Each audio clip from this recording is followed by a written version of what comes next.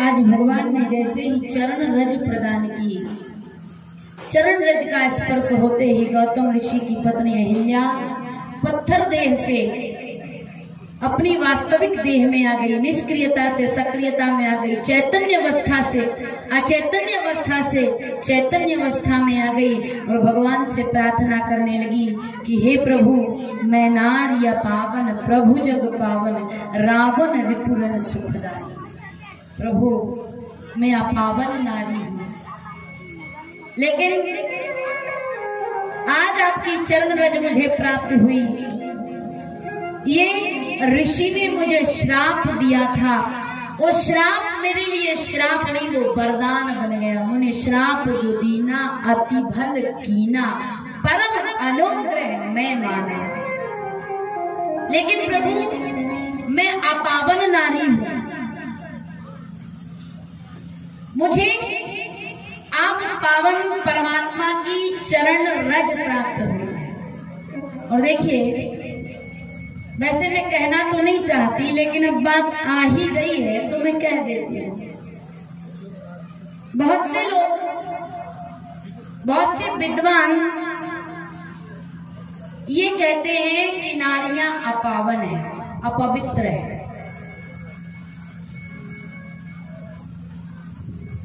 नारियां व्यास मंच पर बैठने की अधिकारी नहीं है। कहाँ लिखा हुआ है? किस ग्रंथ में लिखा हुआ है कि नारियां अपवित्र है, इसलिए व्यास मंच पर बैठने की अधिकारी नहीं है? हाँ, मानते हैं रजस्वला धर्म के कारण माताएं बहनें 5 दिन तक अपवित्र मानी जाती है। उनका नियम पालन माताएं करती है, 5 दिन तक नहीं, 7 दिन तक वह पूजा पाठ नहीं करती है। अपवित्र अवस्था में कोई पूजा पाठ नहीं करता है। लेकिन बहुत से लोग कहते हैं नारियां व्यास मंच पर बैठने की अधिकारी है ही नहीं। किस ग्रंथ में लिखा है? और मैं सबकी बात नहीं कहती कि सब कहते हैं, कुछ लोग कहते हैं।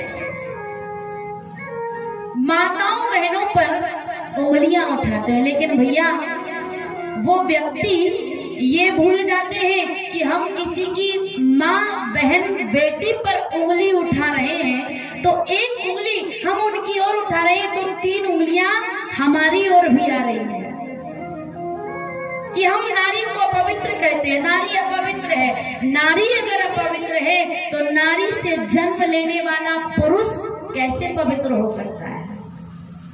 वो जो कहते हैं कि नारियां अपवित्र हैं, वो भी तो नारी से ही जन्म लिए होंगे कि झाड़ पेड़ से टपक गए?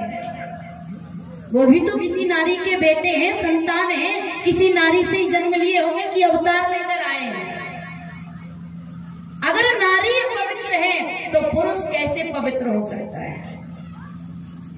क्योंकि जैसे मान लो कोई वृक्ष है और वृक्ष का जो बीज है वो विष है, तो जब वो बीज ही विष है तो उसका जो तना होगा, जो छाल होगी, जो पत्ते होंगे, जो फल होगा, जो शाखाएं होगी, वो पूरा विष होगा, क्योंकि बीज ही विष है। जैसे मान लो, इस बात को ऐसे समझे, महुआ का जो वृक्ष होता है उसे तो सब जानते हैं। महुए के वृक्ष से, महुए का जो फल होता है उससे मदिरा बनती है। तो उस महुए के वृक्ष को, और वृक्ष को ही नहीं, उसके फल को या उसकी जड़ को, उसके पत्ते को या उसके तने को किसी पूजा पाठ के काम में लिया जाता है क्या? लिया जाता हो तो बताओ। नहीं लिया जाता, क्योंकि वह वृक्ष अपवित्र माना जाता है। अब जब वह वृक्ष अपवित्र है तो उसकी कोई वस्तु, चाहे वह वृक्ष हो, तना हो, डाली हो, पत्ता हो, फल हो, कोई भी वस्तु उसकी काम में नहीं आती है। जब नारी ही अपवित्र है तो नारी से जन्म लेने वाला पुरुष, नारी की कोख में 9 महीने रहकर जन्म लेने वाला पुरुष, नारी के मांसपिंड के द्वारा जिसका जन्म होता है, वो पुरुष कैसे पवित्र हो सकता है? और सभी नारियां पवित्र नहीं होती हैं। नारियों के लिए कहा गया जो समाज में स्वच्छंद विचरण करती है, जैसे अहिल्या की हम चर्चा सुन रहे हैं, वो खुद कह रही है मैं नारी पावन प्रभु जग पावन, मैं नारी पावन। ये नहीं कहा।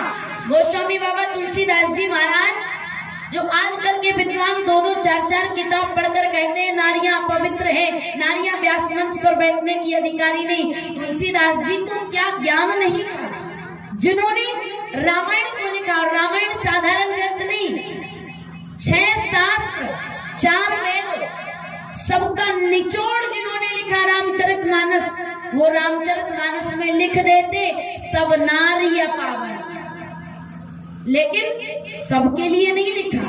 लिख क्या रहे हैं? मैं नारी पावन। गोस्वामी बाबा तुलसीदास जी महाराज लिख रहे हैं और अहिल्या कह रही है व्यास मंच पर बैठने की नारियां अधिकारी नहीं, कथा कहने की अधिकारी नहीं। लेकिन रामचरितमानस में ही देख लीजिए, जिस समय भगवान श्री राम 14 वर्षों के लिए बन गए तो राम जी ब्रह्म है, परमात्मा है, साथ में लक्ष्मी स्वरूपा माता सीता। माता सीता से कहती है अत्रि ऋषि के आश्रम में अनसुईया माता के पास जाकर तुम कथा सुनकर आओ। और माता अनसुईया कथा कह रही है, और क्या कह रही है? लिखा है, वर्णन आता है, रामचरितमानस को पढ़ लीजिए। कह रही है कहूं कथा संसार हित, मैं संसार के लिए कथा कह रही हूँ। आप पढ़ लीजिए, अरण्यकांड की बात है, दोहा नंबर 4 से 6 तक माता कथा सुना रही है और जानकी से कथा सुना। और आश्रमों में ये व्यवस्था नहीं थी कि नारियां अलग बैठेंगी, पुरुष अलग बैठेंगे। एक तरफ बैठकर माता अनसुईया कथा सुना रही है, सीता जी सुन रहे हैं, और बगल में ही दूसरी ओर अत्रि ऋषि और राम लक्ष्मण बैठे हुए हैं।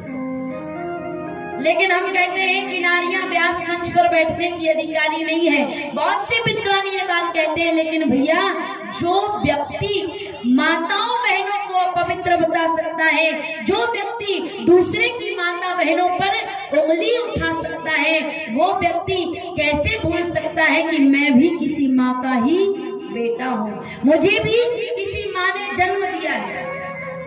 और अगर पुरुष पवित्र है, पुरुष अपने आप को पवित्र मानता है, तो कैसे पवित्र हो सकता है? क्यों?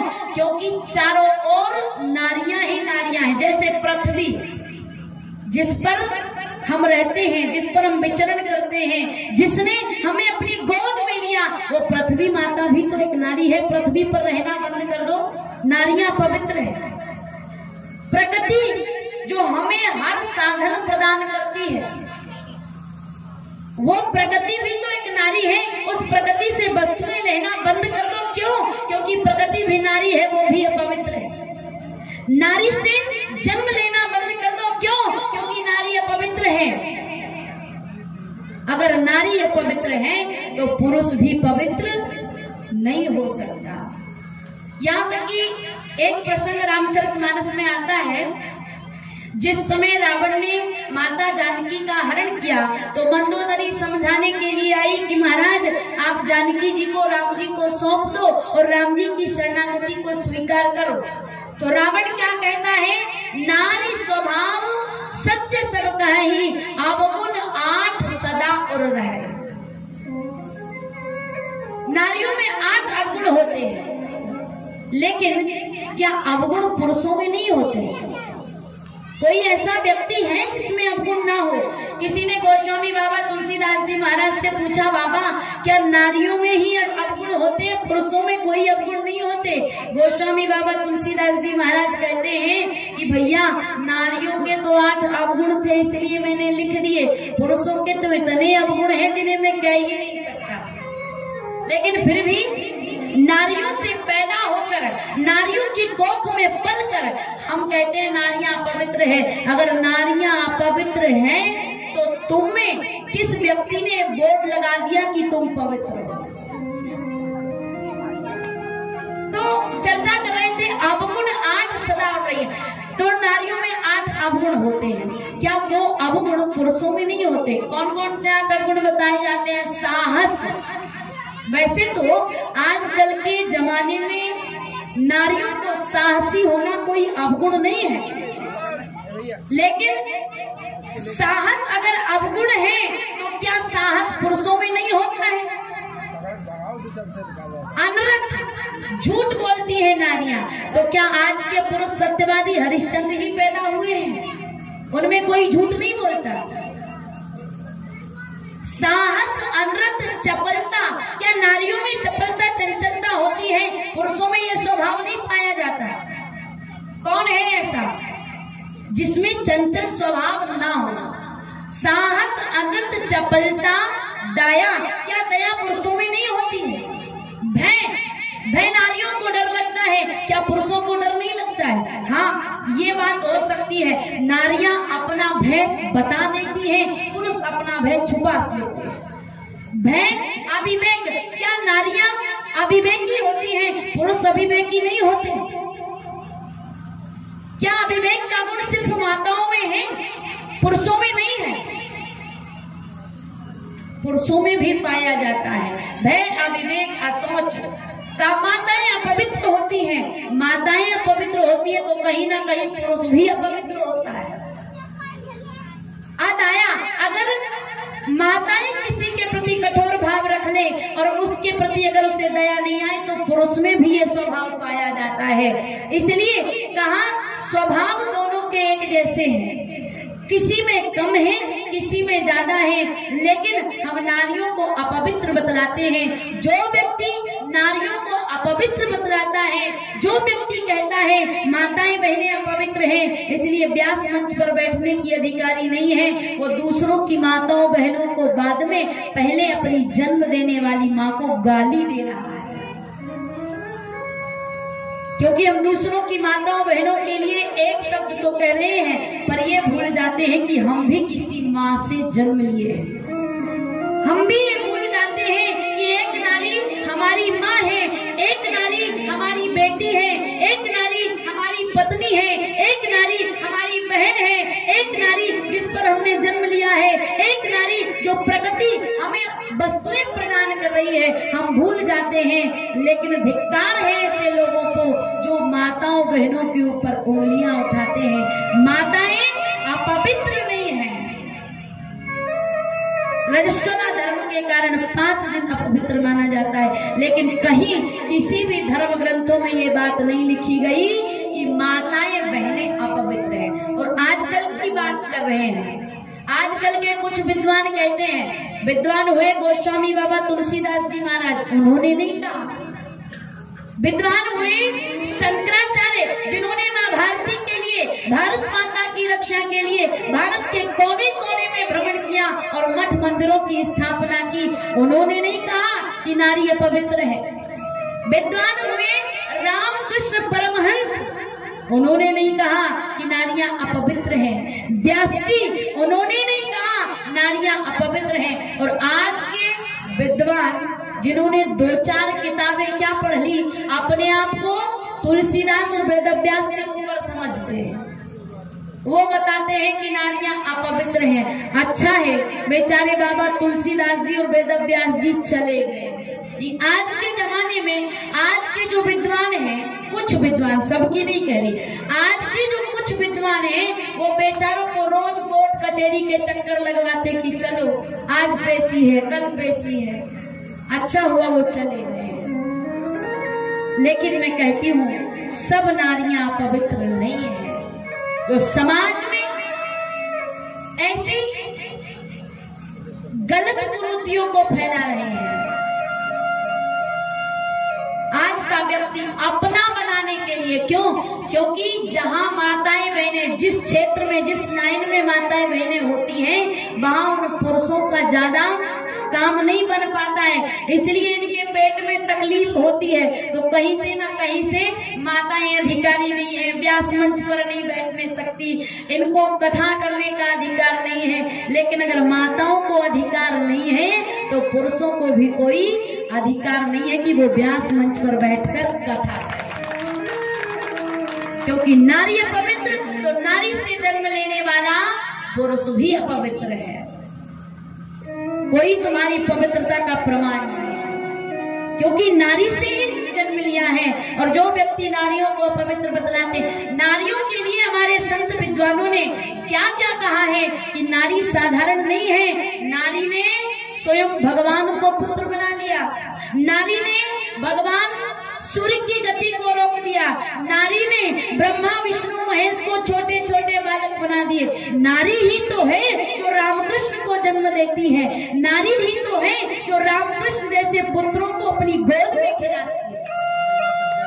क्योंकि कहा जाता है नारी नारी मत कहो, नारी नर की खान। ओ भैया नारी से सुत उपजे, ध्रुव प्रहलाद समान। इसलिए जो लोग कहते हैं कि नारियां अपवित्र हैं, व्यास मंच पर बैठने के अधिकारी नहीं है, वो गलत कुरीतियां समाज में फैला रहे हैं। नारियां जैसे हम 9 दिन जिसकी आराधना करते हैं माँ दुर्गा, वो भी तो एक नारी है। जिससे हम हाथ जोड़कर बुद्धि मांगते हैं माता सरस्वती, वो भी तो एक नारी है। जिससे हम धन मांगते हैं कि लक्ष्मी हमारे पास ही रहे, वो भी तो एक नारी है। तुम्हें जन्म देने वाली वो भी तो एक नारी है। लेकिन वो माँ अपने आप को धिक्कारती होगी कि मेरा ही बेटा मुझे ही अपवित्र बता रहा है। धिक्कार है ऐसे बेटों को जो नारियों को अपवित्र बतलाते हैं। माँ जिन्होंने हमें जन्म दिया है, पाल पोस कर बड़ा कर, हम उसी को पवित्र बताते हैं। नारियां अपवित्र नहीं है।